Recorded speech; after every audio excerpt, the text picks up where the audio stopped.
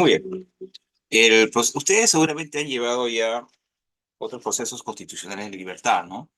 Amparo, habeas data y habeas corpus. El día de hoy vamos a tratar el cuarto proceso constitucional de la libertad, denominado proceso de cumplimiento, que se encuentra previsto tanto en la Constitución Política actual de 1993, como lo estuvo previsto en el derogado Código Procesal Constitucional, y ahora también es recogido por el nuevo Código Procesal Constitucional aprobado en virtud de la Ley 31.307, que tiene poco más de 2 años de vigencia. Básicamente, no hay modificaciones muy importantes, pero sí vamos a señalar algunas de ellas brevemente en comparación al derogado Código Procesal Constitucional.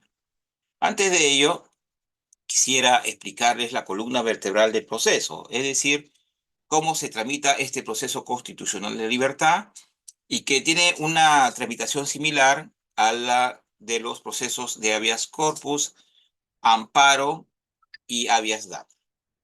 Es decir, pues que según nuestro sistema compartido de justicia constitucional, este proceso debe ser instaurado necesariamente ante el juez constitucional del distrito judicial que corresponda, y puede ser conocido en segunda instancia vía recurso de apelación por la sala constitucional del mismo distrito judicial, del Poder Judicial. Y cuando esta sala constitucional desestime la demanda, desestime la demanda declarándola infundada o improcedente, se puede interponer recurso de agravio constitucional y, concedido que sea este, los actuados se elevan al Tribunal Constitucional para que se pronuncie en última y definitiva instancia, con lo cual se cierra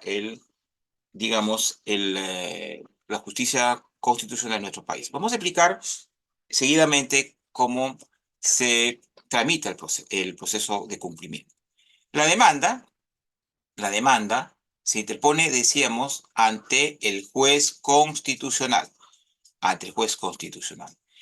Según el artículo 6 del nuevo Código Procesal Constitucional, los jueces constitucionales están obligados a admitir a trámite la demanda, es decir, que están prohibidos de declararla improcedente in limine.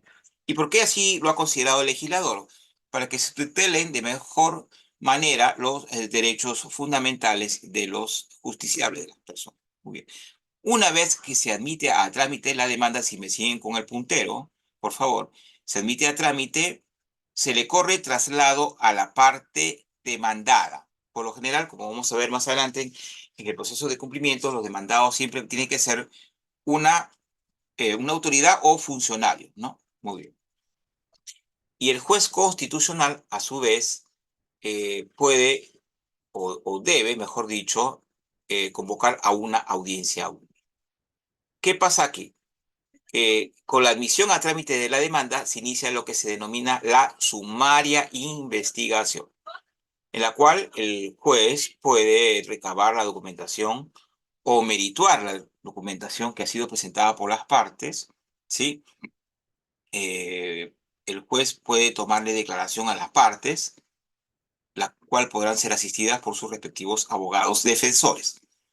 Entonces, una vez que conteste la demanda el demandado, el juez puede incluso en algún momento, si lo considera necesario y sin necesidad de convocar audiencia única, podrá declarar improcedente la demanda, ¿no? Pero con la contestación de la demanda, no antes de la contestación.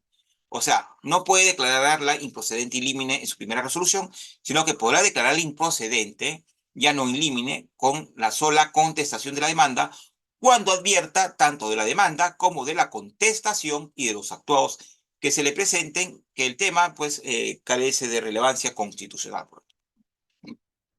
u otras razones. Pero si el juez decide en forma paralela, por así decirlo, convocar a una audiencia única y notificar la demanda a la parte demandada, se realizará esta audiencia única donde las partes podrán alegar sus posiciones, los abogados podrán informar oralmente, el juez podrá, digámoslo así, realizar una valoración rápida, sumaria, de la prueba que le han ofrecido tanto la parte demandante como la parte demandada, ¿no? Y en esta audiencia única podrá emitir la sentencia o podrá hacerlo o deberá hacerlo dentro del plazo de días hábiles contados luego de la fecha de la realización de esta audiencia, ¿no? Esta audiencia se va a llevar bajo el principio de contradicción, algo así como sucede en el proceso penal. Muy bien. El juez también, si las pruebas que le han ofrecido las partes no le causan convicción o no son suficientes, puede solicitarlas a las mismas partes o a terceros mediante el oficio correspondiente, ¿no? Es pedido de información. Muy bien. Luego, el juez podrá emitir sentencia en los siguientes sentidos. Si se ha acreditado con las pruebas actuadas eh, que se deba estimar la demanda, la declara fundada, ¿no? Con ello le estaría dando razón a la parte demandante. Podrá, en contrario sensu, declararla infundada cuando no se prueba la pretensión constitucional contenida en la demanda, o podrá declararla improcedente, ¿no? Muy bien. ¿Procede recurso de apelación contra esta decisión? Por supuesto que sí.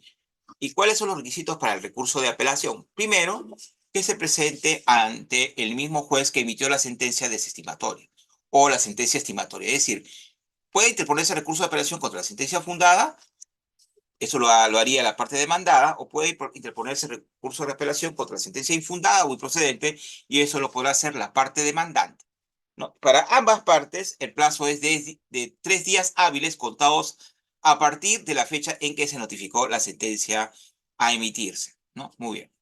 Luego, ¿qué más decimos? Ante el juez, que sea el propio legitimado, la propia parte que cuestiona, y que lo ideal sería que su recurso, a mi entender, mi modesto entender, que se fundamente los agravios, pero eso no es exigencia en el nuevo código, ¿ah? Solamente interponer recurso y ya si este es concedido y los actuados elevados a la sala constitucional, es en esa instancia donde se le va a exigir que sustente sus agravios, ¿no? Ya sea por escrito o verbalmente. La sala que concedió, perdón, la sala, el juzgado concede el recurso y ordena la elevación de los actuados a la sala constitucional. La sala constitucional es la que va a resolver en segunda instancia. Esta sala, decíamos que es del mismo distrito judicial, está compuesta por 3 jueces superiores con un juez ponente, ¿no? Entonces, el único trámite que se va a realizar es la sustentación de agravios y los informes orales que pueden ser solicitados por los abogados de las partes, ya sea parte demandante o parte demandada. Muy bien. La sala puede resolver en el mismo sentido que el juzgado puede esto, por supuesto, decir. Es decir, la sala puede confirmar la sentencia de primera instancia. Pero la sala también puede revocar y declarar en un sentido distinto. Es decir, por ejemplo, si el juzgado declaró fundada la demanda, la sala puede declararla infundada, ¿no? Un sentido distinto. O la sala también puede declararla improcedente, ¿no? Muy bien. ¿Qué más procede acá? Contra la sentencia de segunda instancia, procede el recurso de agravio constitucional, que es un medio impugnatorio, que está solamente en el proceso de cumplimiento, al menos hasta ahora, solamente según la Constitución y el nuevo Código Procesal Constitucional, solamente están facultados para interponerlo la parte demandante. ¿Cuándo? Cuando la Sala Constitucional declare infundada o improcedente la demanda. Es decir, cuando la demanda sea desestimatoria. Solamente en esos casos procede la interposición del recurso de agravio constitucional, ¿no? Ese es el primer requisito. Y el segundo requisito es que se interponga dentro del plazo de 10 días hábiles contados a partir del día siguiente en que se notificó la sentencia de segundo grado o de segunda instancia. Si contra la sentencia de segunda instancia procede el recurso de agravio constitucional solamente cuando se declare infundada o improcedente. Pero, ¿qué pasa si la sentencia del segundo grado declara fundada la demanda? En esos casos no procede el recurso de agravio constitucional porque se estaría desnaturalizando la naturaleza del proceso de cumplimiento, que como los otros procesos constitucionales de la libertad, es un proceso célere y de tutela de urgencia. De tutela de urgencia. Muy bien. Entonces, interpuesto el recurso de agravio constitucional, y este sea concedido, Los actuados se elevan al Tribunal Constitucional, cuya sede funcional se encuentra en la ciudad de Lima, cuya sede principal en la ciudad de Arequipa, ¿no? Muy bien. ¿Qué va a pasar en sede del Tribunal Constitucional? El tribunal puede declarar en un sentido absolutamente distinto al que lo declararon la instancia jurisdiccional. Es decir, como ustedes pueden ver, ya se pasa desde el ámbito del Poder Judicial al ámbito del Tribunal Constitucional.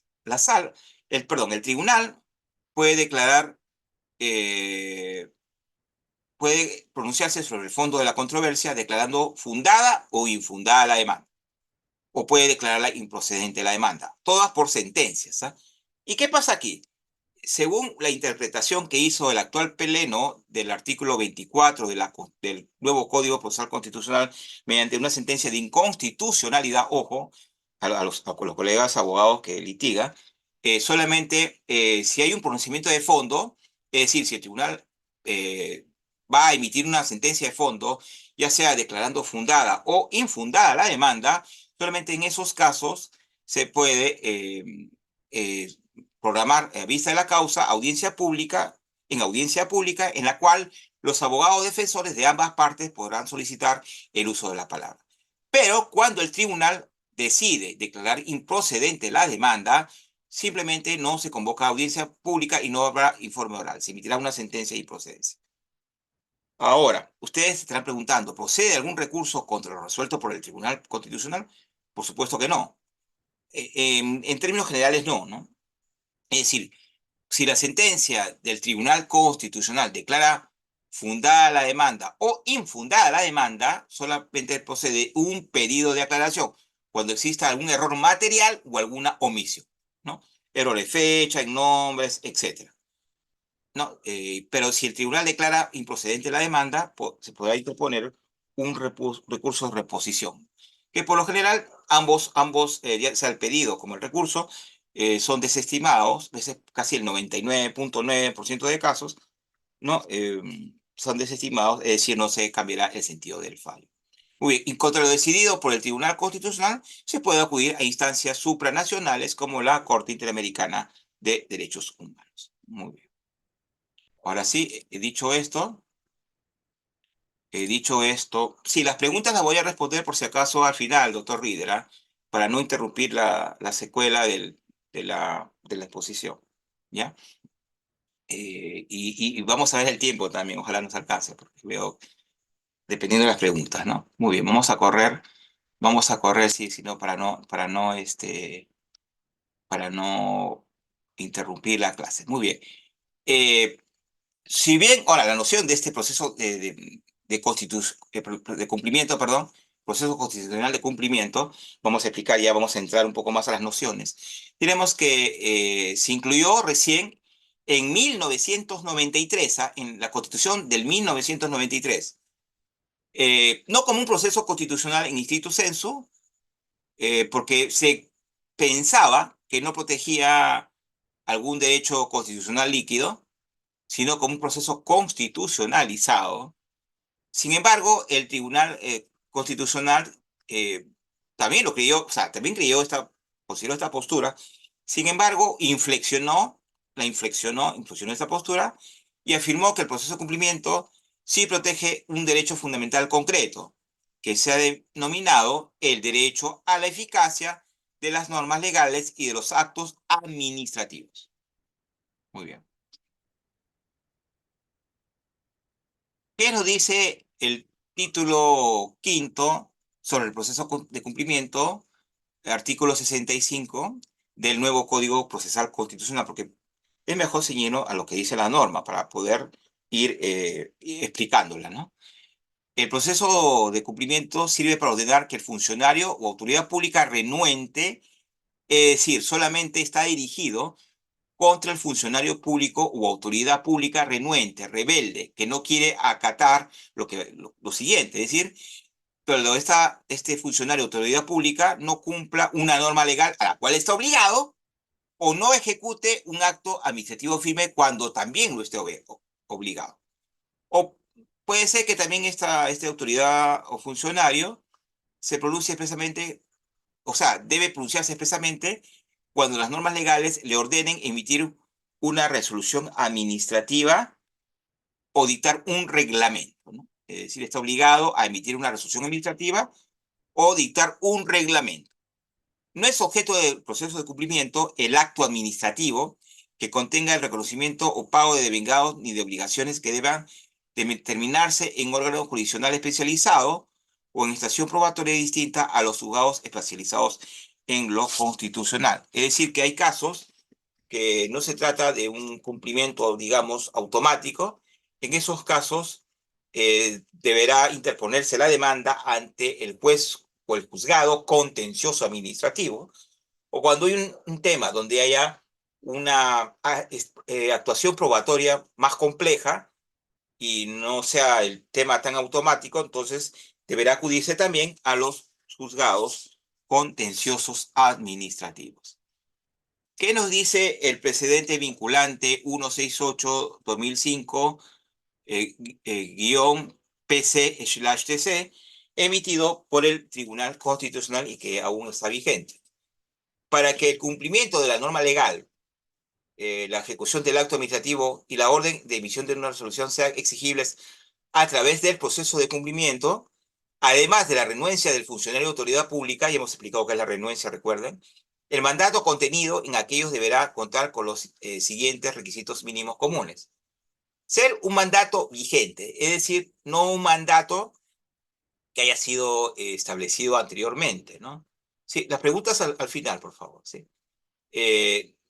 Un mandato vigente, ¿no? Es decir, si una norma ordena a la autoridad o a la administración que cumpla una determinada actuación, esa norma debe estar vigente, porque si la norma ha sido derogada o modificada, no podrá ser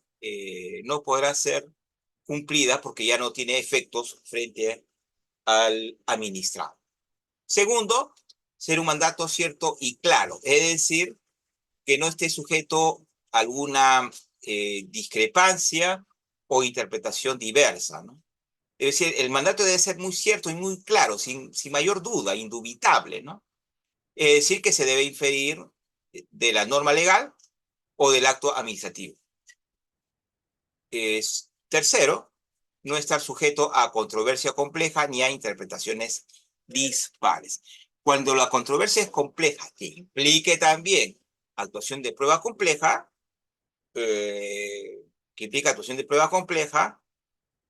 esto debe verse ante otro juzgado, ante otro órgano jurisdiccional. Ya hemos dicho, ante el juzgado de lo contencioso administrativo. Además, debe ser de ineludible y obligatorio cumplimiento, es decir, que no hay lugar a que el funcionario de autoridad rehúya a cumplir lo que está obligado. Y quinto, ser incondicional, es decir, no sujeto a condición alguna. Sin embargo, de forma excepcional, puede tratarse de un mandato condicional siempre que su satisfacción no sea compleja y no requiera de actuación probatoria. Recordemos, si el tema es complejo, la petición es compleja y la actuación probatoria es compleja también, debe acudirse al proceso contencioso administrativo. Y además, debe reconocer un derecho incuestionable del reclamante, es decir, sin discusión, sin debate alguno, sin controversia alguna, y además debe individualizarse al beneficiario, es decir, a la persona y con su documento nacional de identidad, ¿no? Para saber a quién le va a beneficiar la aplicación de la norma legal o del acto administrativo firme. Entonces, hasta aquí diríamos que el proceso de cumplimiento se, se aplica, o sea, se instaura, perdón, para que se aplique una norma legal o para que se ejecute un acto administrativo firme. Esto lo vamos a saltar un poquito más. ¿Quiénes pueden interponer la demanda?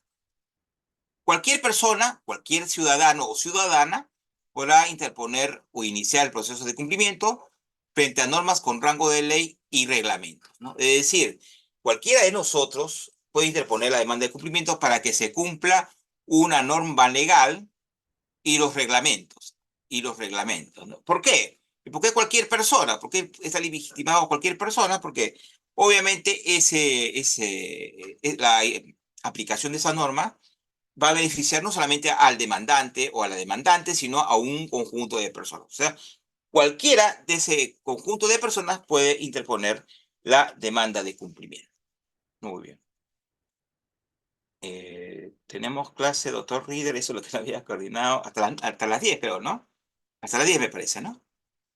Sí, para ir calculando los tiempos. Tenemos en total, maestro, 10 y tiene algunas preguntas. Si pueda resolver, maestro. Claro, hasta las 10 con las preguntas. Está bien, ya. Gracias, maestro. Sí, si el proceso de cumplimiento tiene por objeto hacer efectivo el cumplimiento de un acto administrativo, es decir, un acto administrativo nada más, no estamos hablando de norma, un acto administrativo que va a beneficiar a un administrado o administrada, solo podrá ser interpuesto por la persona a cuyo favor se expidió el acto administrativo o quien invoque interés para el cumplimiento del deber omitido. Es decir, de un lado, solamente, bueno, cualquier persona puede estar legitimada para interponer un proceso de cumplimiento para que se cumpla una norma legal o un reglamento. Pero cuando se trate de un acto administrativo, solamente se lo podrá interponer o estará legitimado aquella persona que va a ser beneficiada, ¿no?, de este acto administrativo. Ahora, cuando se trate de la defensa de derechos con intereses difusos o colectivos, la legitimación corresponderá a cualquier persona. Cuando hablamos de intereses difusos o colectivos, estamos hablando, por ejemplo, de temas medioambientales, pues, ¿no? Entonces, cualquier persona está legitimada a interponer la demanda. Asimismo, la Defensoría del Pueblo puede iniciar procesos de cumplimiento.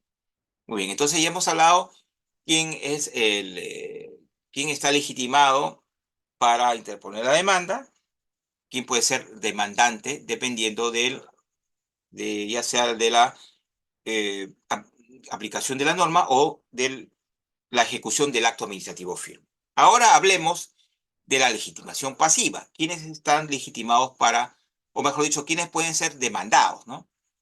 La demanda, ojo, la demanda, esto quiero que pongan mucha atención, ¿ah? Porque no sé si hay algunos colegas de repente que postulen a la Junta Nacional de Justicia para ser jueces o juezas o magistrados. Estas preguntas podrían venir en los exámenes. Entonces, les aconsejo que pongan mucha atención, ¿ah? ¿Quiénes pueden ser demandados? Solamente autoridad o funcionario renuente de la administración pública al que corresponda el cumplimiento de una norma legal o la ejecución de un acto administrativo. En otras palabras, solamente puede interponerse la demanda contra un funcionario o autoridad renuente, ¿no? Eh, Ahora, aquí quisiera yo hacer o dar un ejemplo, ¿no? Un ejemplo siempre le doy a mis alumnos. Eh, por ejemplo, yo soy, como decía nuestro querido amigo, el doctor Ryder decía yo. eh, yo estudié, soy egresado de la Universidad Nacional Mayor de San Marcos, soy magíster por la misma casa de estudio. Y yo, por ejemplo, por un azar del destino, se me pierde mi diploma de abogado. Entonces, yo, para ello, eh, digo, bueno, quiero renovar mi diploma y pago el derecho que corresponda, ¿no? En la misma caja de la universidad, de la Facultad de Derecho, ¿no? Y suponiendo que por algún error o por alguna situación X, bueno, yo lo solicito también por un escrito, y la universidad no accede a otorgar. Entonces, digamos, la autoridad, en este caso, yo cumplido con los requisitos legales. La universidad está obligada a realizar este acto administrativo firme, ¿no? Y no lo hace. Entonces, ¿puedo interponer la demanda de cumplimiento? Yo pienso que sí, pero obviamente previa solicitud mía. Pero, ¿qué pasaría? Ojo, ¿por qué? Porque la parte demandada es una universidad del Estado. Los autoridades son funcionarios del Estado. El rector, el decano y demás autoridades son funcionarios estatales. Pero ¿qué pasa si yo hubiera estudiado Derecho en la Universidad Católica del Perú? ¿No? También tan prestigiosa como San Marcos. ¿Qué hubiera pasado, no? ahí podía interponer la demanda de cumplimiento en la misma situación que les he contado, ¿ah?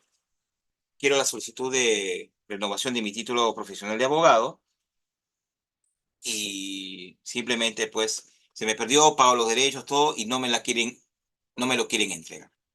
No me lo quieren entregar. Entonces, en este caso, eh, ¿podría yo interponer una demanda de cumplimiento? Por supuesto que no. ¿Por qué? Porque la Universidad Católica del Perú es una entidad privada, una institución privada. Sus autoridades no son funcionarios públicos, sino, digamos, trabajadores de una empresa o una persona jurídica de derecho privado. Entonces, ¿qué demanda podría interponer ahí? Una demanda de cumplimiento, no, una demanda de obligación de hacer, por ejemplo. Entonces tendría que acudir a la vía civil, que es distinta a la vía constitucional. Muy bien, muy bien.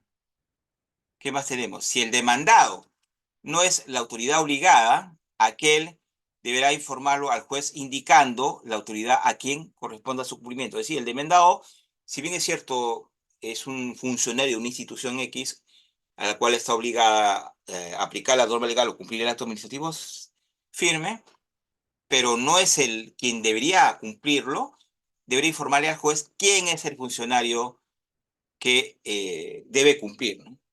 Su mandato. En caso de duda, el proceso continuará con las autoridades respecto de las cuales se interpuso la demanda. Entonces, la duda beneficia a la parte demandante. En todo caso, el juez deberá emplazar a la autoridad que, conforme al ordenamiento jurídico, tenga competencia para cumplir con el deber omitido. Con el deber omitido. Muy bien. Un segundo, por favor. Ya. A ver. ¿Cuáles son los requisitos, el requisito sine qua non especial de la demanda? Porque sin este requisito, la demanda, cumplimiento, será declarada improcedente. Ya saben, ¿ah, colegas?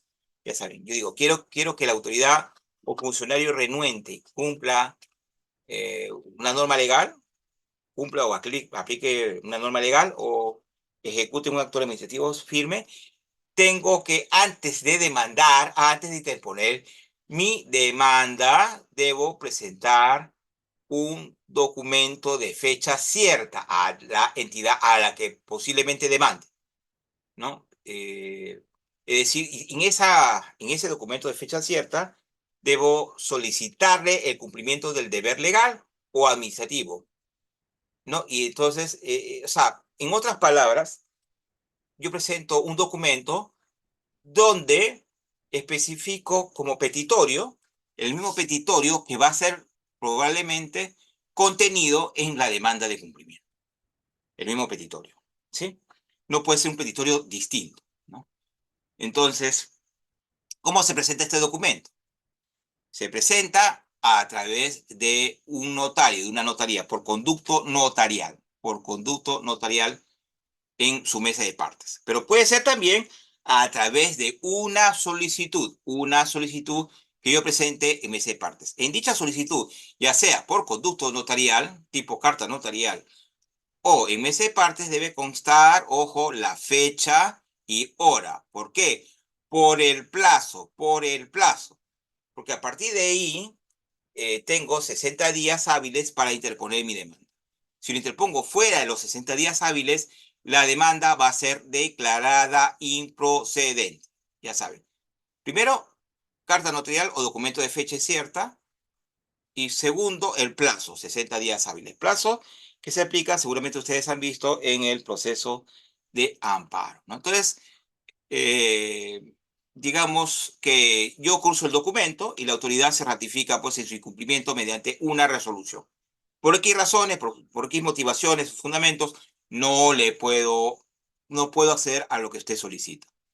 O simplemente la autoridad no conteste el pedido dentro de los 10 días útiles siguientes a la presentación de la solicitud. Entonces, estos días, o sea, digamos, yo le presento hoy día mi solicitud y, increíblemente me notifican, no sé, el viernes. Entonces yo tengo a partir del día lunes, porque el viernes seguramente no hay tiempo, el lunes se interpone mi demanda. O transcurren 10 días útiles que no cuentan sábado y domingo, y no hay un silencio administrativo, por decirlo. Entonces yo a partir del 11º día, y dentro, ojo, de los 60 días, tengo plazo, 10 dentro de los 60 días, tengo el plazo para interponer mi demanda de cumplimiento, ¿no? No, aparte de dicho requisito, no resulta necesario, ojo, agotar la vía administrativa que pudiera existir. Pero ¿en qué casos la demanda puede ser declarada improcedente? Aparte de las causales de improcedencia que hemos visto, del 168, ¿se acuerdan ustedes? ¿No? Si el mandato es, si no puede individualizar al favorecido, beneficiario, o es un mandato cuestionable, o no es vigente, por ejemplo, la demanda va a ser declarada improcedente o infundada, dependiendo, ¿no? Pero también hay causales de improcedencia que están establecidas expresamente en el nuevo Código Procesal Constitucional. La primera, ¿no? El inciso 1 del artículo 70. Contra las resoluciones dictadas por el Poder Judicial, el Tribunal Constitucional y el Jurado Nacional de Elecciones no procede la demanda de cumplimiento. ¿Por qué, colegas? ¿Por qué? Porque estas resoluciones tienen su propia forma de ejecución, las resoluciones que emitan estas entidades, ¿no? Entonces se puede, digamos, en la etapa de ejecución, hacer valer los recursos correspondientes. ¿Sí? Tampoco contra el Congreso de la República para exigir la aprobación o la existencia de una ley. Porque el propio Congreso, como una entidad política, tiene sus propios mecanismos para hacer cumplir digamos, las leyes que aprueban o aprobar una ley. Para protección de derechos que puedan ser garantizados mediante los procesos de amparo, habeas data y con proceso de habeas corpus. Ustedes ya habrán visto seguramente estos procesos, ¿no? O van a ver. Entonces, estos procesos tienen el objeto de protección de estos procesos es distinto al objeto de protección del proceso de cumplimiento que hemos dicho, ¿no? ¿Cuál es? ¿No? Sí, es decir, los derechos objeto de protección del amparo, habeas data y cumplimiento, no, perdón, de habeas corpus son distintos al proceso de cumplimiento. Cuarto, cuando se interpone con la exclusiva finalidad de impugnar la validez de un acto administrativo, ¿no? Cuando se interpone con la exclusiva finalidad de impugnar la validez de un acto administrativo. No, ¿cuál sería el mecanismo, no? Hay un proceso, hay un mecanismo en la vía civil. Sí, habría un mecanismo en la vía civil para cuestionar esto, ¿no? Nulidad de acto administrativo firme, que hay un proceso que yo recuerdo cuando litigaba en la vía civil, ¿no? Luego, cuando se determine el ejercicio de potestades expresamente calificadas por la ley como discrecionales por parte de una autoridad funcionaria. O sea, la autoridad funcionaria tiene discrecionalidad para decidir, entonces, y así lo determina la ley, tampoco en materia del proceso de cumplimiento. En los supuestos en los que procede a interponer el proceso competencial, que es un proceso distinto, ¿no? Competencial es un proceso, no es un proceso constitucional de libertad, seguramente ustedes lo van a ver en este diplomado. Cuando no se cumplió con el requisito especial de la demanda previsto en el artículo 73 del Código, y si la demanda se interpuso luego de vencido el plazo de 60 días contados de la fecha de recepción de la notificación día notarial. El 73, ya, ejecución de la sentencia, dice, ¿no? Muy bien. ¿Se puede desistir de la pretensión contenida en la demanda? Sí. No, se puede desistir solamente en un caso, ¿ah? Cuando ésta se refiere a actos administrativos de carácter particular. Es decir, yo interpongo una demanda de cumplimiento para que se cumpla un acto administrativo firme. En esos casos yo ya no deseo continuar con la demanda porque, por ejemplo, pueda suceder que ya se me restituyó mi derecho, ¿no? Antes, ¿no? Entonces yo me desisto, ¿no? O en el interín, o en el transcurso del proceso, ¿no? La autoridad ya nos dijo, sí, tiene razón este señor, le voy a restituir su derecho. O le voy a cumplir un acto administrativo en su favor, ¿no? Entonces, en esos casos, el particular, el administrado particular puede desistirse. Pero cuando se trata de cumplimiento de una norma legal, ahí no es posible, ojo, no es posible desistirse porque ese cumplimiento de una norma legal va a beneficiar no solamente al demandante, sino a un grupo de personas como ese. Muy bien. Contenido de la sentencia fundada. Luego vamos a hablar de la jurisprudencia para hacerlo más, más interesante el tema. Y en los 30 o 20 minutos que nos queda vamos a resolver las preguntas, ¿sí? Vamos a ver cómo vamos de tiempo. Contenido de la sentencia fundada. La sentencia que declara fundada la demanda se pronunciará preferentemente respecto a la determinación de la obligación incumplida, es decir, dirá pues qué obligación no cumplió la autoridad o funcionario renuente. Asimismo, la orden y la descripción precisa de la conducta a cumplir en el fallo de la sentencia. Hemos venido considerando fundamentos, pero que determinan efectos de la sentencia y más adelante en el fallo dirán exactamente qué es lo que tiene que hacer la autoridad o funcionario.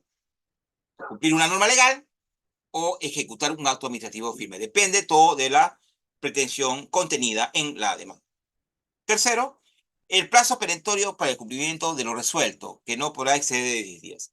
Es decir, en la sentencia constitucional, el juez o el tribunal constitucional podrá ordenar que se cumpla en un plazo no mayor de 10 días. O sea, es plazo muy preciso, ¿no? Asimismo, la orden a la autoridad o funcionario competente de iniciar la investigación del caso para efecto de determinar las responsabilidades penales o disciplinarias cuando la conducta del demandado así lo exige. Es decir, podrá activarse el sistema de control interno para que este funcionario o autoridad pueda ser investigado y sancionado en, en buena cuenta, ¿no? Asimismo, la ejecución de la sentencia. La sentencia firme que ordene el cumplimiento del deber omitido será cumplida de conformidad con lo previsto en el artículo 27 del nuevo Código Procesal Constitucional. Jurisprudencia relevante del Tribunal Constitucional. Hemos traído algunas por una cuestión de tiempo. En todo caso, siempre, como yo le digo a los alumnos, les invito a ustedes a entrar a la página web del Tribunal Constitucional y podrán ustedes revisar la vasta y frondosa jurisprudencia del Tribunal Constitucional. Veo que ya en el chat hay unas 3 preguntitas, ¿no? Como le digo, en la última parte van a ser respondidas. Las sentencias que les hemos traído son las más recientes, ¿ah? Porque ha habido, digamos, aplicación del nuevo Código Procesal Constitucional, que no ha cambiado mucho la forma como se resolvía con el antiguo Código Procesal Constitucional. Primero vamos a señalar en qué consiste el petitorio de la demanda dirigida contra una UGEL, ¿no? La demanda tiene por objeto que se ordene el cumplimiento de la resolución directoral UGEL Hilo 1339 de fecha 18 de agosto de 2016, mediante la cual se resuelve sustituir el monto de la bonificación especial mensual por preparación de clases y evaluación equivalente al 30% de la remuneración total por la suma de 278.19 a partir del 1 de enero de 2015. ¿Quién interpone la demanda? Evidentemente es un docente, ¿no? Entonces, ¿qué es lo que se está cumpliendo? ¿Una norma legal o un acto administrativo? Acá se está viendo que se está pidiendo el cumplimiento de un acto administrativo contenido en una resolución directoral. Entonces, demando, profesor. ¿Quién es el demandado? Una entidad del Estado. Muy bien, sigamos. Requisito especial de la demanda. Eso es lo primero que va a verificar el juez constitucional, la sala constitucional y el tribunal constitucional, ¿ah? Porque si no se cumple ese requisito, ya hemos dicho, la demanda será declarada improcedente. La presente demanda cumple el requisito especial de procedencia establecido en el artículo 69 del nuevo Código Procesal. ¿Por qué? ¿Se acuerdan ustedes cuál era? Ajá. Por cuanto a foja 5, obra la comunicación cursada por la actora, es una docente, en virtud de la cual requiere la emplazada el cumplimiento de la citada resolución. O sea, previamente le cursó a la demandada una carta notarial o una comunicación notarial, puede ser, mediante la cual le indica, le solicita que cumpla esta resolución. Muy bien. De acuerdo con lo dispuesto por el inciso 6 del artículo 200 de la Constitución, en aplicación de los artículos 65 y 66 del nuevo Código Procesal Constitucional y la reiterada jurisprudencia del Tribunal Constitucional, en los procesos de cumplimiento corresponde analizar si la resolución administrativa cuya ejecución se solicita cumple los requisitos mínimos comunes que debe reunir un acto administrativo para que sea exigible mediante el proceso de cumplimiento. La validez de un acto administrativo. ¿Ah? ¿Qué se dice en el fundamento 6 de la sentencia recaída en el expediente 00102-2007 PC, o sea, proceso de cumplimiento, /TC? El tribunal ha precisado que cuando lo solicitado sea el cumplimiento de un acto administrativo, cuando deba efectuarse un pronunciamiento sobre el fondo de la controversia, se deberá revisar si existe algún cuestionamiento al derecho reconocido al reclamante. Puede haberlo, eh, a pesar de la naturaleza del proceso de cumplimiento, corresponderá su esclarecimiento. De verificarse que el derecho no admite cuestionamiento, corresponderá admitir la demanda. Es decir, no hay cuestionamiento, no hay duda alguna, es indubitable, ¿no? Es incuestionable, ¿no? Entonces, la parte demandante interpone su demanda, la parte demandada contesta, pero de todo ello se verifica que el acto es incuestionable, es indiscutible, ¿no? Entonces, es como que automáticamente debe ampararse o estimarse su demanda. Por el contrario, cuando el hecho sea debatido por algún motivo, o sea, sea debatible, como por ejemplo estar contenido en un acto administrativo inválido, o sea, si el acto administrativo es inválido, no vale, no surte efectos, o es dictado por órgano incompetente, la demanda deberá desestimarse, ¿no? Repito, cuando el acto administrativo cuyo cumplimiento se solicite es inválido, no surte efectos, o ya sea que es dictado por un órgano incompetente que carece de competencia para ello, o para dictar este acto administrativo, la demanda debe ser declarada infundada o improcedente. En tanto que el acto administrativo carece de la virtualidad suficiente para configurarse en un mandato por no tener validez legal, el acto administrativo se ve afectado en su validez al sustentarse en normas que no se ciñen en el marco legal previsto para el otorgamiento del beneficio. Es decir, el acto administrativo estuvo bien, estuvo dado, pero no se ciñeron o no se puedan ceñirse en normas para que se otorgue el beneficio, lo que significa que no contienen un derecho incuestionable, es decir, que el derecho puede ser cuestionado. Por ejemplo, en otras sentencias se habla acá, están referidas al bono por función jurisdiccional y al bono fiscal. El tribunal desarrolló la misma línea que faltaba la virtualidad del mandato. En el presente caso, ojo, en el presente caso, eh, la petición de la demandante no puede ser atendida en sede constitucional. ¿Por qué? Porque el mandato cuyo cumplimiento se exige es contrario al ordenamiento jurídico, ¿no? Es decir, que la resolución, que es un acto de resolución administrativa, cuyo cumplimiento se solicita, que es un acto administrativo, no solamente es contrario al ordenamiento jurídico, va contra la norma, sino que carece de virtualidad necesaria para convertirse en un mandamus, ¿no?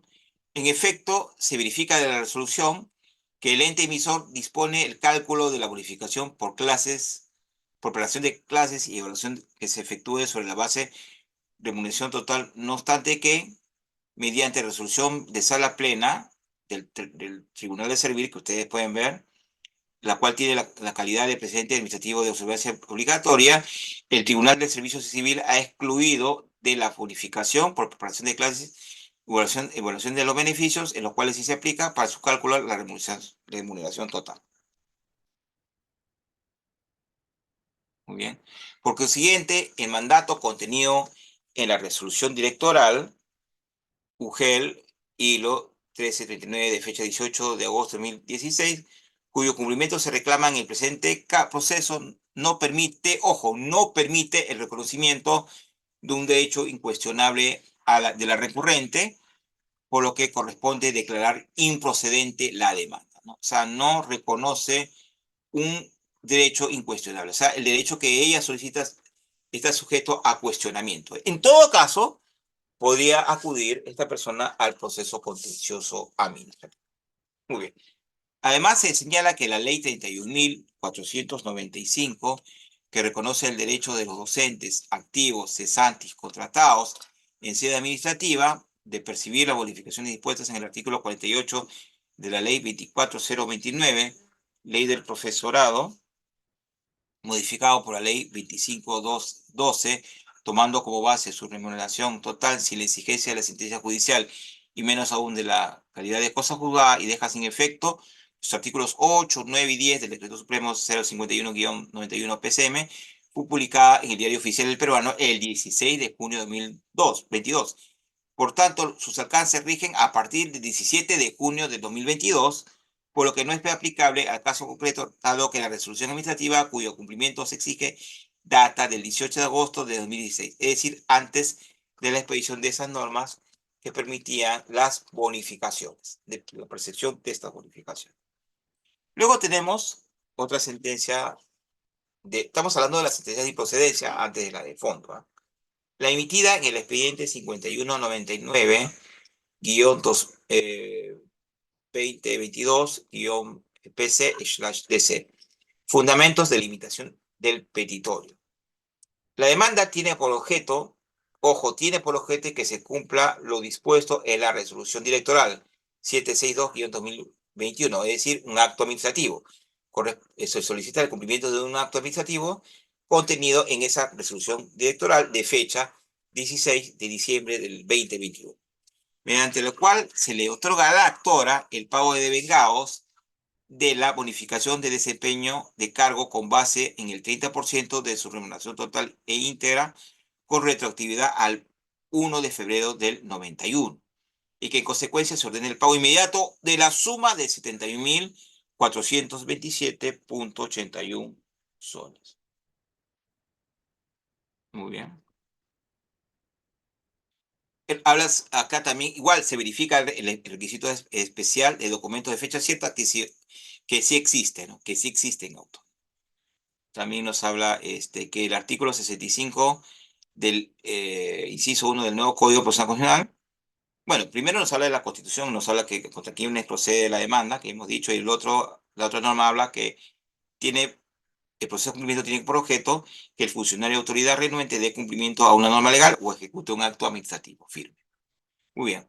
¿Cuál es el objeto? La resolución directoral, hemos dicho, el cumplimiento de la resolución directoral 762-2021, de fecha 16 de diciembre de 2021, que establece lo siguiente en su parte resolutiva: otorgar el pago de devengados a favor de doña Mayela Velázquez Huerta, identificada con DNI tal, en calidad de trabajador del servicio de la institución educativa Raúl Córdoba Alvarado de Guayanca, Bolognesi, por la suma de 71.427.81 soles, por concepto de pago de bonificación o desempeño de cargo a razón del 30% de sus remuneraciones totales o íntegras, con retroactividad al 1 de febrero de 1991. O sea, efectos retroactivos atrás. Segundo, aclarar que el pago de dicho monto queda sujeto al crédito suplementario o transferencia de partidas presupuestales. En consecuencia, la efectivización está sujeta al cumplimiento de una condición de carácter ineludible en observancia del principio de legalidad presupuestaria y el proceso y la ley del procedimiento administrativo general. Un momentito, por favor.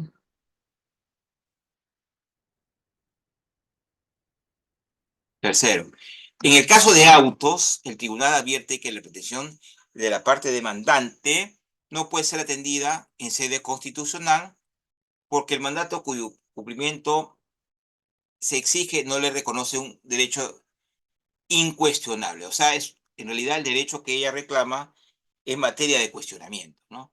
En efecto, de lo considerando si la parte resolutiva de la resolución electoral en mención, se verifica que el ente emisor ha realizado el cálculo de la bonificación solicitada sobre la base de la remuneración total. Sin embargo, esto habría ocurrido en contravención de otra norma, en contravención de lo dispuesto, o sea, el acto administrativo está en contravención, está contrario al artículo 9 del Decreto Supremo 051-91 PCM, vigente al momento de la emisión de la resolución electoral 762-2021, pues para todo cálculo de bonificaciones debía usarse la remuneración total o permanente, salvo que las excepciones establecidas en dicho artículo y para los supuestos señalados en la resolución de sala plena de servir.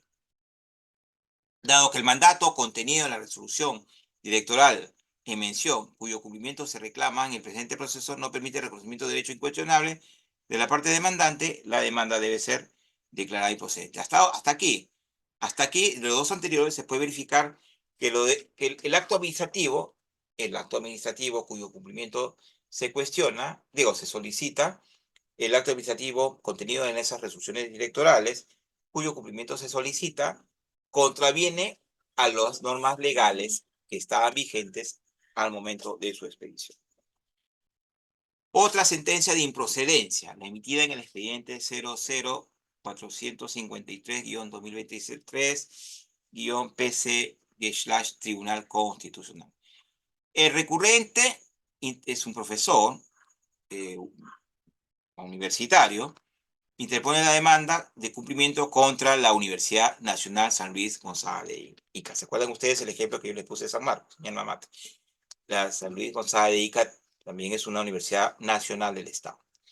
¿Y qué solicita? Que se dé cumplimiento a la primera disposición complementaria final de la ley 31.542 y que como consecuencia de ello se ordene reponerlo en el nivel de docente en la Facultad de Ciencias de la Educación, Humanidades de dicha casa de estudio. Bien.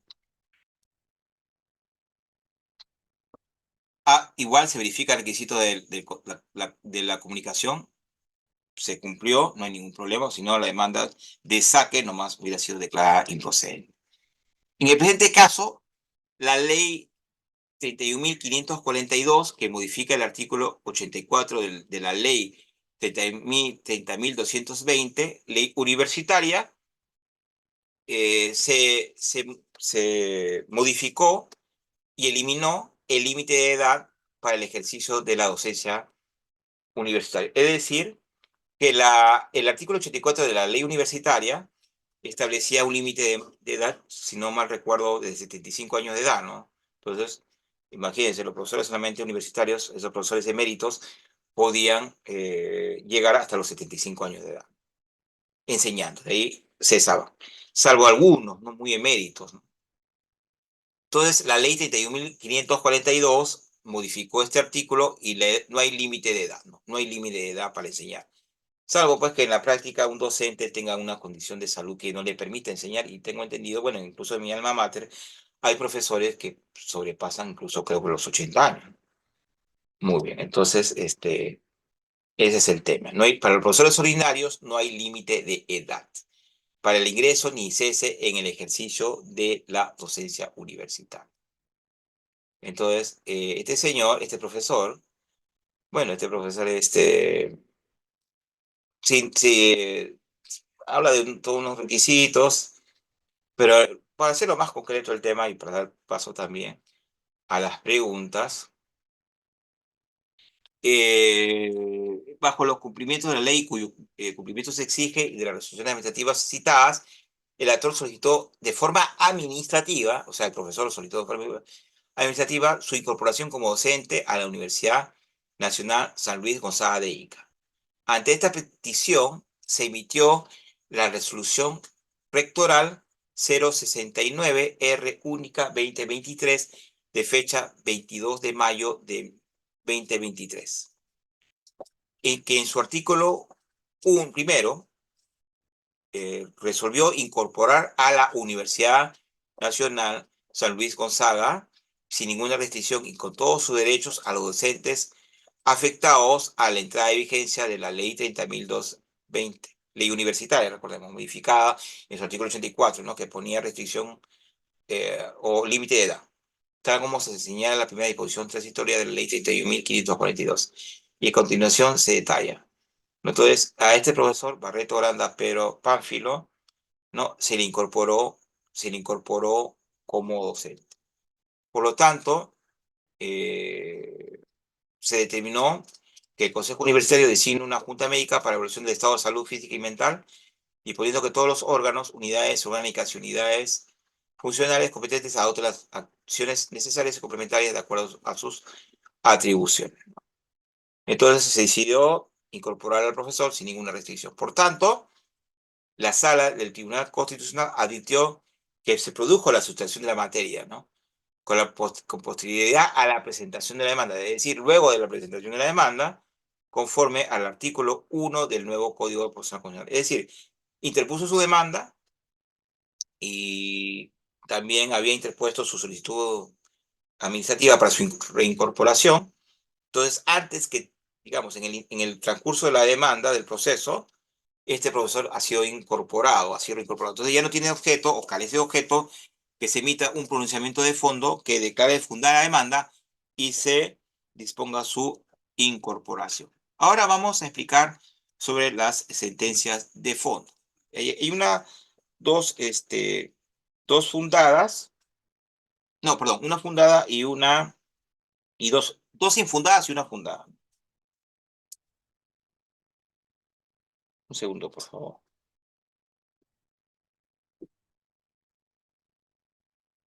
Muy bien. La debilitación del petitorio. El objeto de la demanda es que se cumpla con ejecutar la ley 31.300, no, 31.131 y que se reconozca laborar en la red de servicios de salud Cusco Norte conforme a la vigencia de la invocada ley.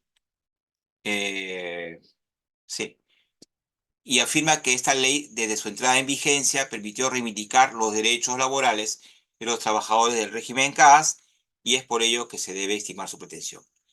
Ojo, y aquí habla también de recurso de agravio constitucional. Por ejemplo, es importante señalar algunas cosas en el recurso de agravio constitucional, si es necesario, ¿no? Que pueda coadyuvar o abonar a que se resuelva a favor del demandante la demanda. En el recurso de agravio constitucional se precisa que debe respetar el lugar en el que labora esta persona cuando la ley 31.131 se emitió y que el acto de retornarlo a su plaza de origen, el centro de salud de Ollantaytambo, le causa perjuicio económico a él y a salud. Entonces, ¿quién es demandado? El Estado a través del Ministerio de Salud, ¿no? El requisito especial de demanda. ¿Qué nos dice el artículo 66 del nuevo Código Procesal Constitucional? Acá se hace la precisión, ¿no? Que el contenido, que el mandato contenido en una norma legal, un acto administrativo sea genérico o poco claro, la demanda va a ser desestimada, ¿no? Si el acto administrativo o la norma legal es genérico o poco claro, la demanda será desestimada. O cuando esté sujeto a una controversia compleja, igual. O cuando sea necesario determinar la obligatoriedad o incuestionabilidad de ese, ¿no? Eh, o no obstante ser imperativo sea contrario a la ley o a la Constitución, lo que hemos visto, ¿no? Este señor solicita el cumplimiento de la ley 31.131, ley que establece disposiciones para erradicar la discriminación en los regímenes laborales del sector público. Hace todo un desarrollo de la sentencia, eliminación de la temporalidad sin causa, prohibición, regulación del régimen CAS, etcétera, vamos a obviar un poco esto porque se lo dejo para que ustedes lo lean como sentencia. Como se aprecia en la ley cuya aplicación se solicita, no existe un mandato propiamente dicho que disponga u ordene que el actor se le reconozca como trabajador indeterminado de la red de servicio de salud Cusco Norte. O sea, no hay algo, o sea, la ley no ordena que él o trabajadores similares a él se le reconozca como trabajador de tiempo determinado por la red de servicios de salud Cusco. O sea, el mandato es poco claro o indeterminado, ¿no? Y es necesario precisar que conforme señala la norma precitada, para ser beneficiario de esta norma tiene que cumplirse algunos requisitos, entre ellos que no sea contratado como CAS de confianza o para realizar labores de necesidad transitoria o de suplencia u otra, ¿no?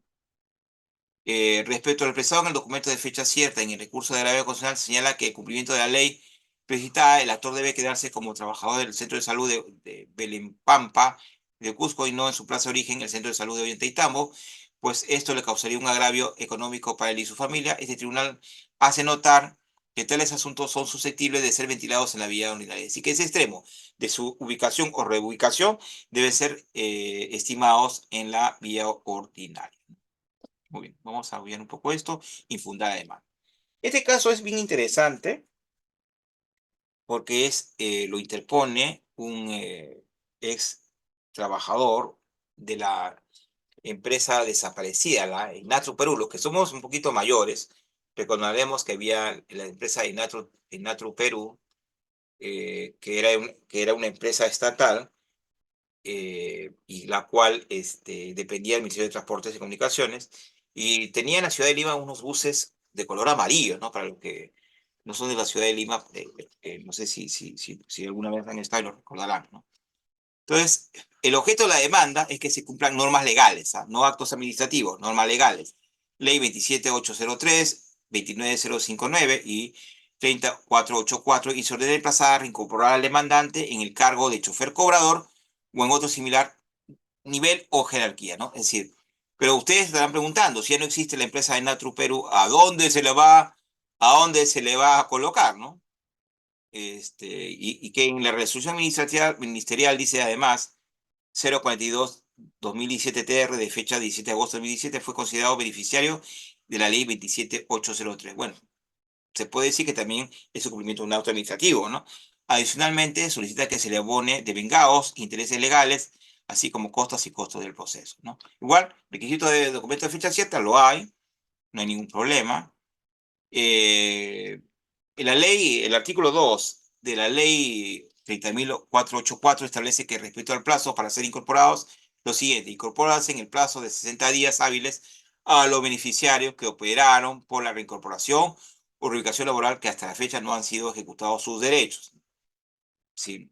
La norma cuyo cumplimiento se solicita debe ser interpretada en concordancia con el Decreto Supremo 014-2002 TR, que aprueba el reglamento 27, de ley 27803.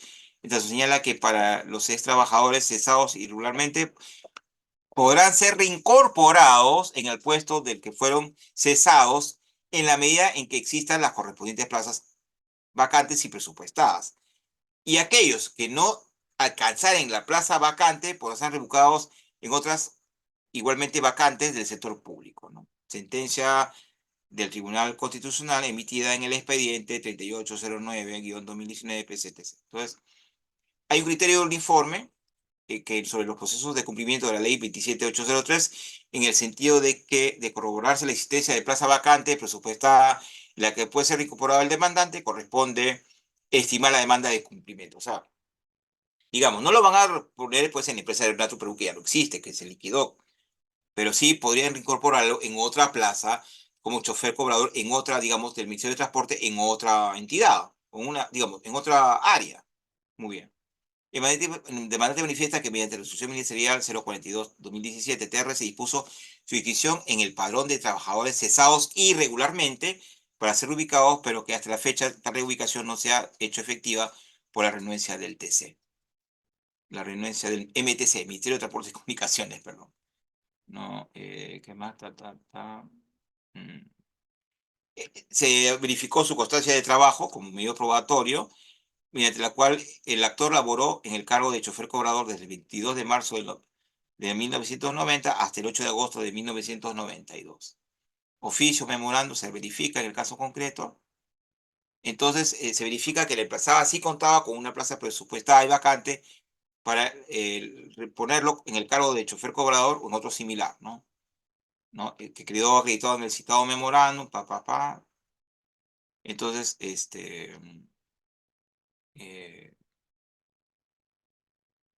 se verificó que las normas en materia de cumplimiento cumplen los requisitos para hacerlas efectivas mediante el proceso de cumplimiento, y acreditarse además la renuencia del Ministerio de Transporte y Comunicaciones, corresponde ordenar a la emplazada que cumpla con reubicar al demandante en la plaza que ocupaba antes de cese u en otra similar de mismo nivel o jerarquía, ¿no?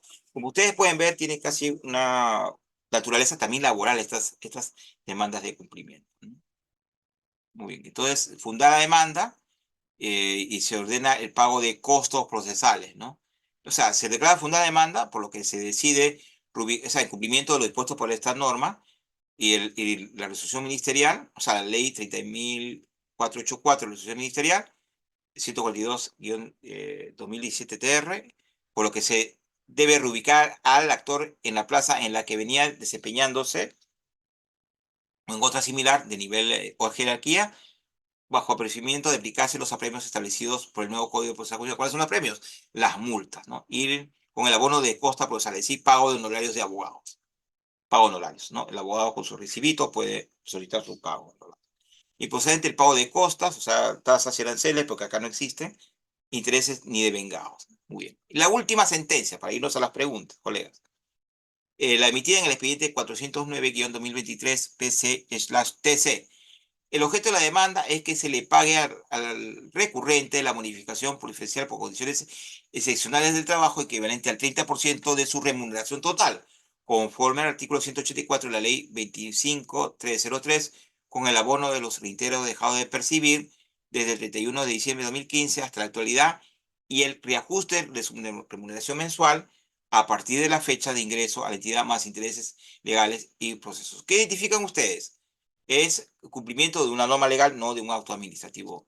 Entonces, igual se verifica si la ley está vigente o no. O sea, si el artículo 84 de la ley 25303 está vigente o no. Porque si la norma no está vigente, como hemos visto hasta ahora, no se puede cumplir, ¿no? No se puede cumplir. Entonces, la ley sí estuvo vigente, haciendo un resumen del tema, que le otorgaba al funcionario y servidor de salud pública que elaboró en estas zonas. Esa ley estuvo vigente, luego fue derogada, prorrogada, pues derogada, no, estuvo vigente, prorrogada, derogada, suspendida, nuevamente restituida, se restituyó la norma, y sin embargo, ojo, sin embargo, eh, la norma, en resumidas cuentas, solo estuvo vigente hasta el 31 de diciembre de 1992.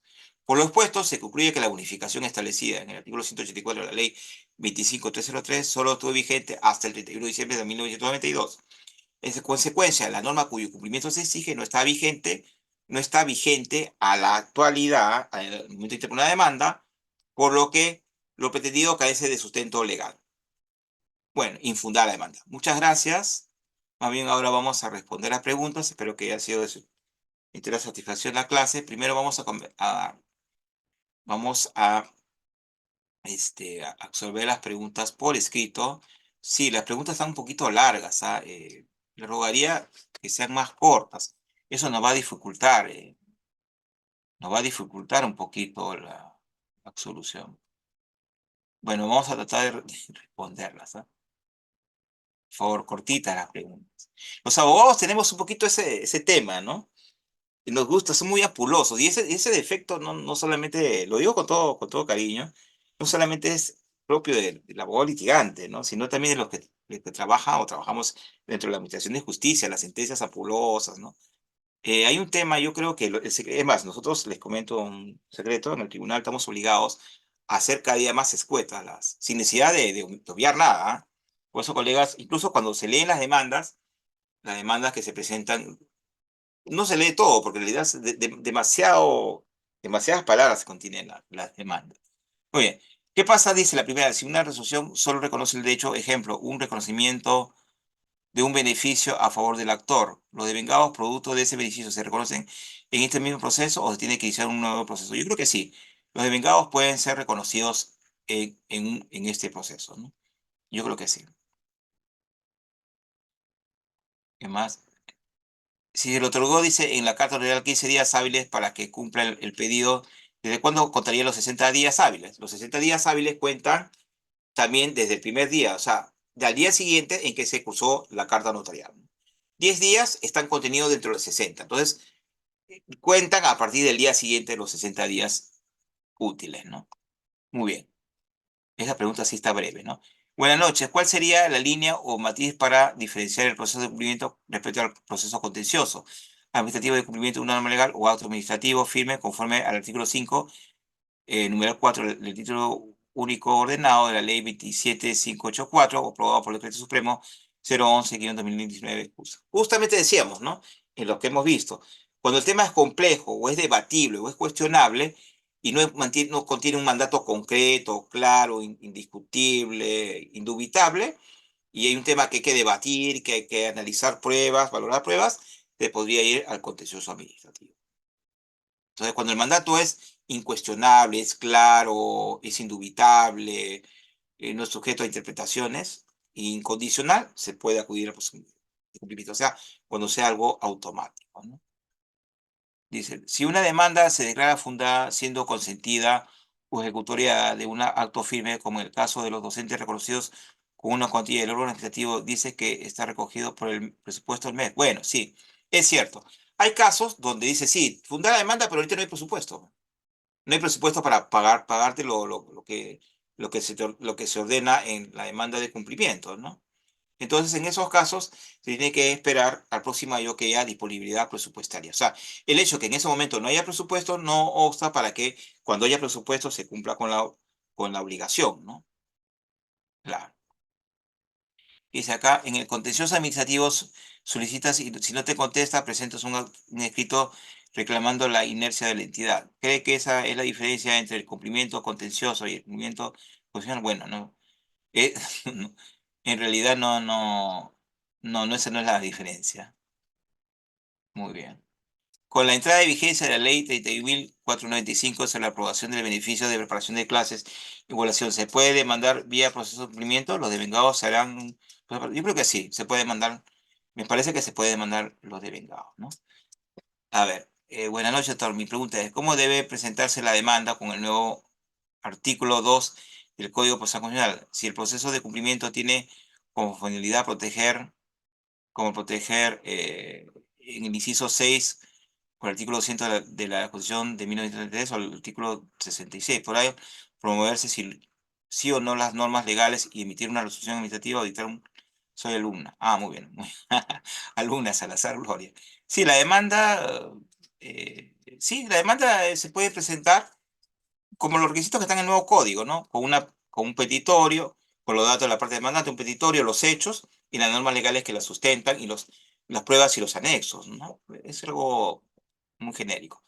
Dice acá, el artículo 252, ¿nos alcanzará tiempo hasta la 10, doctor Reader? Vamos a ver, yo creo que sí. Ya, para responder todas, se hace referencia a la prescripción del procedimiento sancionado. La ley exige que las entidades se pronuncien sobre prescripción y la ley obliga a las entidades que una entidad no quiere pronunciar sobre la prescripción a pesar de visitud con documentos de fecha cierta, puede ir al cumplimiento constitucional y en qué beneficia al constitucional y no al constitucional. No, yo creo que no, ¿ah? Se hace referencia a la prescripción del procedimiento sancionado.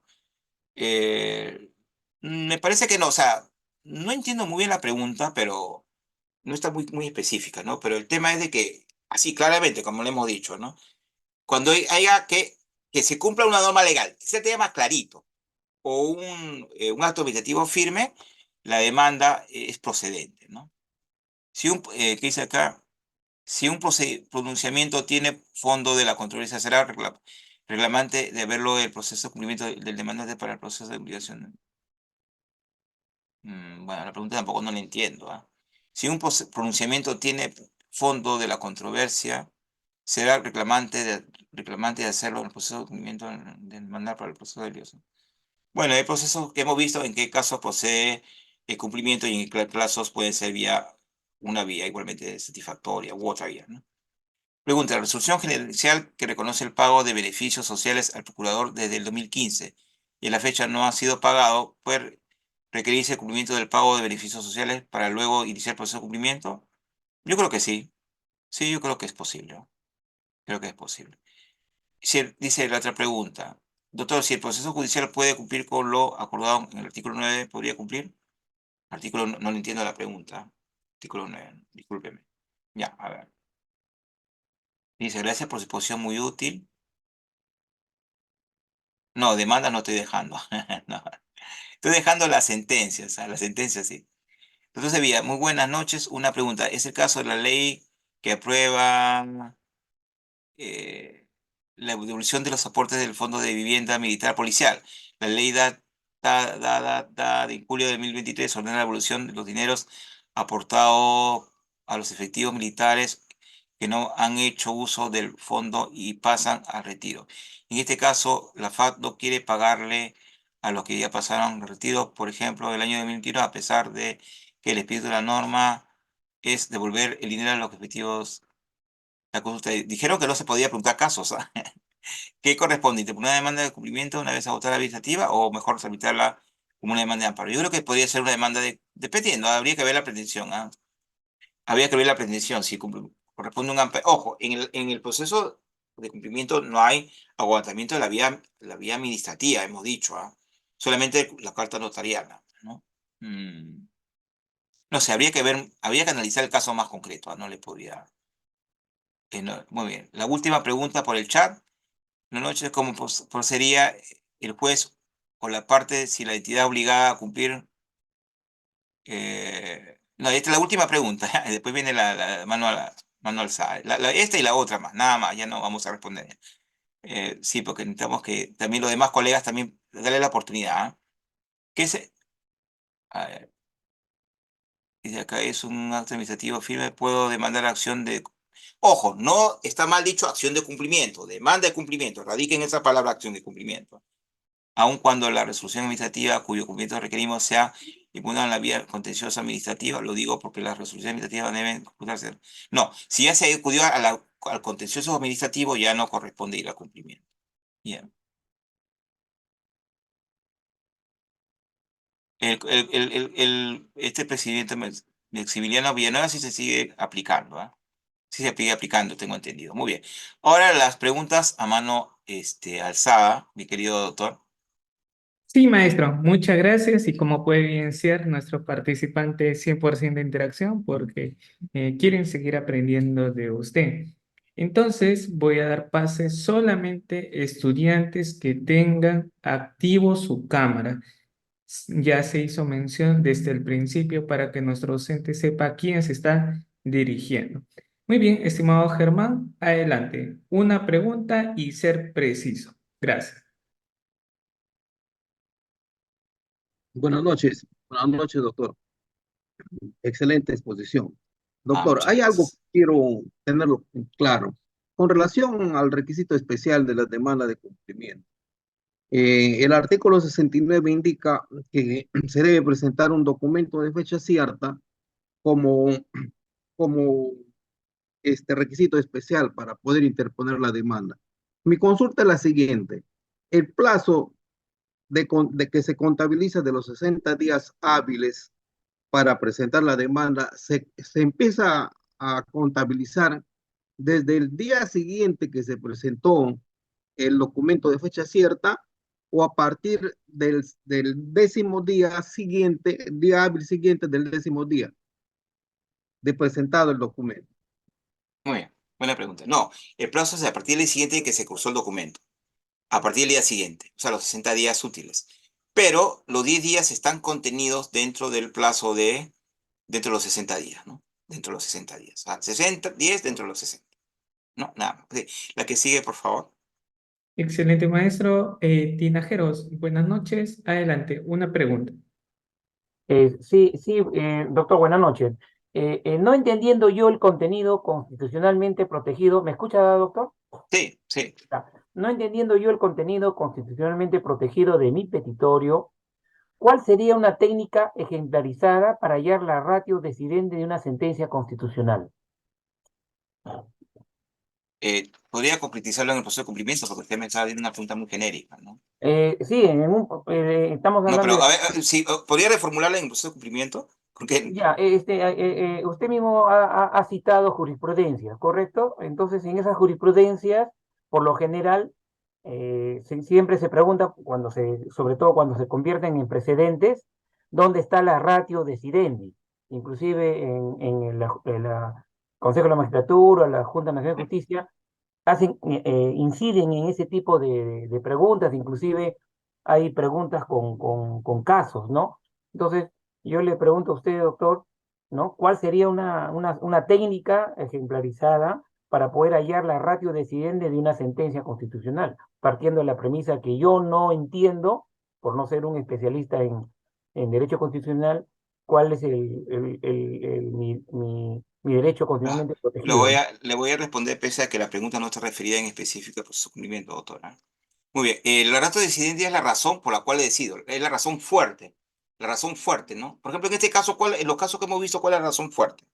La razón fuerte es que el mandato, por ejemplo, en algunos casos es vigente, o sea, vigente, es válido, ¿no? Esa es la razón. En este caso, ¿qué se realiza? La norma legal o el acto administrativo, ¿no? O sea, la ratio decidente es la razón que me lleva a decidir, ya sea declarando fundada la demanda o declarándola infundada. O sea, en concreto es eso, ¿no? Esa es la razón, digamos, es la parte más fuerte, la parte más importante de una sentencia constitucional. Excelente, maestro. Estimado Miguel, adelante. Doctor, muy buenas noches, excelente ponencia. Gracias, Doc- gracias, gracias. Doctor, la Ley del Procedimiento Administrativo General, en su artículo 252, habla sobre el tema de la prescripción del procedimiento sancionador. Esa era mi Ajá. pregunta, ¿no? Ah, ya. Entonces, ¿qué sucede? Eh, la ley le obliga a la entidad a Ajá. que se pronuncie sobre la prescripción del procedimiento sancionador. Lo Ya. obliga. Entonces, si lo obliga, Ajá. yo puedo, ¿cómo se llama?, solicitar un proceso de cumplimiento, irme a un proceso de cumplimiento. Sí, si la Ese es, ley lo obliga, sí. Si la ley lo obliga, sí. Y sí. Sí, claro. Si la ley obliga a que se pronuncie sobre la prescripción y no lo hace, sí, me parece que sí, es posible. El tema es muy claro, ¿ah? Oja, y además, si es en favor del propio beneficiario del demandante o de un grupo de personas, pero si la dice, o sea, la entidad dice, pese a que está obligada, usted le cursa una carta notarial o un documento de fecha cierta y no cumple con declarar la prescripción de un procedimiento administrativo sancionado, no lo cumple, sí puede hacerlo a través del proceso de cumplimiento. Me parece que sí es bastante viable, doctora. Así le entiendo sus preguntas. Sí, muchas gracias. Excelente, maestro. Estimados participantes, damos por culminado la presente sesión de clase. Muchas gracias a quienes han interactuado, porque esto ayuda a que la exposición sea mucho mejor. Maestro, nos vemos la próxima sesión, porque esta es la primera clase con usted y estamos totalmente agradecidos. Ha sido muy gratificante haberse dado el tiempo en brindarnos tanta experiencia y conocimientos tan amplios que cada vez uno va aprendiendo en el derecho constitucional y no código procesal constitucional. Muy bien, gracias, doctor Rieder Jacinto Sánchez. Gracias a su institución y gracias al señor decano del Colegio de Abogados de Cañete y principalmente gracias a todos ustedes, ilustres colegas y estudiantes de Derecho, por esta oportunidad y nos vemos la próxima semana. Espero haber sido esta clase de su entera satisfacción y haber absuelto las preguntas en la medida del tiempo que se nos daba, ¿no? Nos vemos la próxima semana. Muchas gracias y felicitarlos por su constante capacitación. Nos vemos, ¿ah? Buenas noches. Gracias, maestro.